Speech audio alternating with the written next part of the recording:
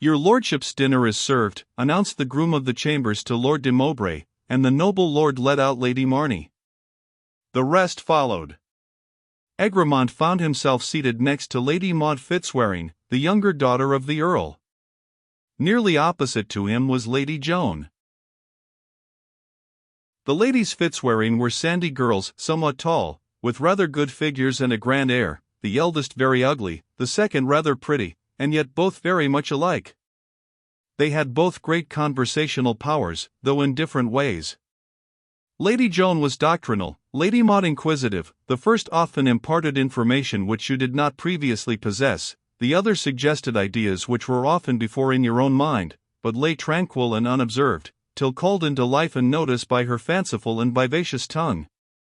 Both of them were endowed with a very remarkable self-possession, but Lady Joan wanted softness, and Lady Maud repose. This was the result of the rapid observation of Egremont, who was however experienced in the world and quick in his detection of manner and of character. The dinner was stately, as becomes the high nobility. There were many guests, yet the table seemed only a gorgeous spot in the capacious chamber. The side tables were laden with silver vases and golden shields arranged on shelves of crimson velvet. The walls were covered with Fitzwarens, de Mowbrays, and de Verres. The attendants glided about without noise, and with the precision of military discipline. They watched your wants, they anticipated your wishes, and they supplied all you desired with a lofty air of pompous devotion. "You came by the railroad?" inquired Lord de Mowbray mournfully, of Lady Marnie. "From Marham, about 10 miles from us," replied her ladyship. "A great revolution, isn't it?" "I fear it has a very dangerous tendency to equality," said his lordship shaking his head. "I suppose Lord Marnie gives them all the opposition in his power." "There is nobody so violent against railroads as George," said Lady Marnie. "I cannot tell you what he does not do. He organized the whole of our division against the Marham line." "I rather counted on him," said Lord de Mowbray, "to assist me in resisting this joint branch here, but I was surprised to learn he had consented." "Not until the compensation was settled," innocently remarked Lady Marnie. "George never opposes them after that. He gave up all opposition to the Marham line when they agreed to his terms." "And yet," said Lord de Mowbray, "I think if Lord Marnie would take a different view of the case and look to the moral consequences, he would hesitate." "Equality, Lady Marnie, equality is not our métier.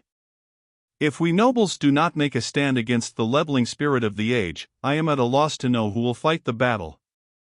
You many depend upon it that these railroads are very dangerous things." "I have no doubt of it. I suppose you have heard of Lady Vanilla's trip from Birmingham? Have you not, indeed? She came up with Lady Laura, and two of the most gentlemanlike men sitting opposite her. Never met, she says, two more intelligent men.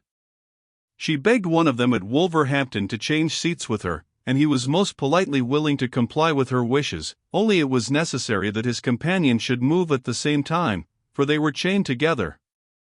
Two of the swell mob, sent to town for picking a pocket at Shrewsbury races. A countess and a felon. So much for public conveyances," said Lord Mowbray. "But Lady Vanilla is one of those who will talk with everybody." "She is very amusing though," said Lady Marnie. "I dare say she is," said Lord de Mowbray, "but believe me, my dear Lady Marnie, in these times especially, a countess has something else to do than be amusing." "You think as property has its duties as well as its rights, rank has its bores as well as its pleasures." Lord Mowbray mused. "How do you do, Mr. German?" said a lively little lady with sparkling beady black eyes, and a very yellow complexion, though with good features. "When did you arrive in the north?" "I have been fighting your battles finely since I saw you," she added, shaking her head, rather with an expression of admonition than of sympathy. You are always fighting one's battles, Lady Firebrace. It is very kind of you. If it were not for you, we should none of us know how much we are all abused, replied Mr. German, a young MP. They say you gave the most radical pledges, said Lady Firebrace eagerly, and not without malice.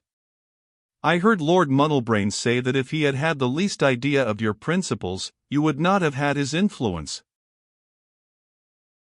Muddlebrains can't command a single vote, said Mr. German. He is a political humbug, the greatest of all humbugs, a man who swaggers about London clubs and consults solemnly about his influence, and in the country is a nonentity. Well, that can't be said of Lord Clarendel, rejoined Lady Firebrace. And have you been defending me against Lord Clarendel's attacks? Inquired Mr. German. No, but I am going to Wemsbury, and then I have no doubt I shall have the opportunity. I am going to Wemsbury myself, said Mr. German. And what does Lord Clarendel think of your pledge about the pension list? Said Lady Firebrace, daunted but malignant. He never told me, said Mr. German. I believe you did not pledge yourself to the ballot, inquired Lady Firebrace with an affected air of inquisitiveness. It is a subject that requires some reflection, said Mr. German. I must consult some profound politician like Lady Firebrace. By the by, you told my mother that the Conservatives would have a majority of 15. Do you think they will have as much? Said Mr. German with an innocent air, it now being notorious that the Whig administration had a majority of double that amount? I said Mr. Tadpole gave us a majority of 15, said Lady Firebrace. I knew he was in error, because I had happened to see Lord Melbourne's own list, made up to the last hour, and which gave the government a majority of 60. It was only shown to 3 members of the cabinet, she added in a tone of triumphant mystery. Lady Firebrace, a great stateswoman among the Tories, was proud of an admirer who was a member of the Whig cabinet. She was rather an agreeable guest in a country house, with her extensive correspondence, and her bulletins from both sides. Tadpole, flattered by her notice, and charmed with female society that talked his own slang, and entered with affected enthusiasm into all his dirty plots and barren machinations, was vigilant in his communications, while her Whig cavalier, an easy individual who always made love by talking or writing politics, abandoned himself without reserve, and instructed Lady Firebrace regularly after every council. Taper looked grave at this connection between Tadpole and Lady Firebrace, and whenever an election was lost, or a division stuck in the mud, he gave the cue with a nod and a monosyllable, and the Conservative pack that infests clubs, chattering on subjects of which it is impossible they can know anything, instantly began barking and yelping, denouncing traitors, and wondering how the leaders could be so led by the nose, and not see that which was flagrant to the whole world. If, on the other hand, the advantage seemed to go with the Canton Club, or the opposition benches, then it was the Whig and Liberal hounds who howled and moaned, explaining everything by the indiscretion, infatuation, treason, of Lord Viscount Mask, and appealing to the initiated world of idiots around them, whether any party could ever succeed, hampered by such men, and influenced by such means. The best of the joke was, that all this time Lord Mask and Tadpole were 2 old foxes, neither of whom conveyed to Lady Firebrace a single circumstance but with the wish, intention, and malice aforethought, that it should be communicated to his rival. I must get you to interest Lord de Mowbray in our cause, said Sir Vavasour Firebrace, in an insinuating voice to his neighbour, Lady Joan. I have sent him a large packet of documents. You know, he is one of us, still one of us. Once a baronet, always a baronet. The dignity merges, but does not cease, and happy as I am to see one covered with high honours, who is in every way so worthy of them, still I confess to you it is not so much as Earl de Mowbray that your worthy father interests me, as in his undoubted character and capacity of Sir Altamont Fitzwaring, Baronet. You have the data on which you move, I suppose, well digested, said Lady Joan, attentive but not interested. The case is clear, as far as equity is concerned, irresistible. Indeed, the late king pledged himself to a certain point. But if you would do me the favor of reading our memorial. The proposition is not one adapted to our present civilization, said Lady Joan. A baronetcy has become the distinction of the middle class. A physician, our physician for example, is a baronet, and I dare say some of our tradesmen, brewers, of people of that class. An attempt to elevate them into an order of nobility, however inferior, would partake in some degree of the ridiculous. And has the Duke escaped his gout this year? Inquired Lord Marney of Lady de Mowbray. A very slight touch. I never knew my father so well. I expect you will meet him here. We look for him daily. I shall be delighted. I hope he will come to Marney in October. I keep the blue ribbon cover for him. What you suggest is very just, said Egremont to Lady Maud. If we only in our own spheres made the exertion, the general effect would be great. Marney Abbey, for instance, I believe one of the finest of our monastic remains, that indeed is not disputed, diminished yearly to repair barns, the cattle browsing in the nave, all this might be prevented, if my brother would not consent to preserve or to restore, still any member of the family, even I, without expense, only with a little zeal as you say, might prevent mischief, might stop at least demolition. If this movement in the church had only revived a taste for Christian architecture, said Lady Maud, it would not have been barren, and it has done so much more. But I am surprised that old families can be so dead to our national art, so full of our ancestors, their exploits, their mind. Indeed, you and I have no excuse for such indifference, Mr. Egremont. And I do not think I shall ever again be justly accused of it, replied Egremont. You plead its cause so effectively. But to tell you the truth, I have been thinking of late about these things, monasteries and so on, the influence of the old church system on the happiness and comfort of the people. And on the tone of the nobles, do not you think so? Said Lady Maud. I know it is the fashion to deride the Crusades, but do not you think they had their origin in a great impulse, and in a certain sense, led to great results? Pardon me, if I speak with emphasis, but I never can forget I am a daughter of the first Crusaders. The tone of society is certainly lower than of yore, said Egremont. It is easy to say we view the past through a fallacious medium. We have, however, ample evidence that men feel less deeply than of old and act with less devotion. But how far is this occasioned by the modern position of our church? That is the question. You must speak to Mr. St. Liss about that, said Lady Maud. Do you know him? She added in a lowered tone. No, is he here? Next to Mamma. And looking in that direction, on the left hand of Lady Mowbray, Egremont beheld a gentleman in the last year of his youth, if youth according to the scale of Hippocrates cease at 35. He was distinguished by that beauty of the noble English blood, of which in these days few types remain, the Norman tempered by the Saxon, the fire of conquest softened by integrity, and a serene, though inflexible habit of mind. The chains of convention, and external life grown out of all proportion with that of the heart and mind, have destroyed this dignified beauty. There is no longer in fact an aristocracy in England, for the superiority of the animal man is an essential quality of aristocracy. But that it once existed, any collection of portraits from the 16th century will show.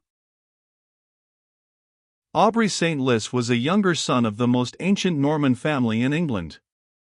The Conqueror had given them the moderate estate on which they now lived, and which, in spite of so many civil conflicts and religious changes, they had handed down to each other, from generation to generation, for 8 centuries.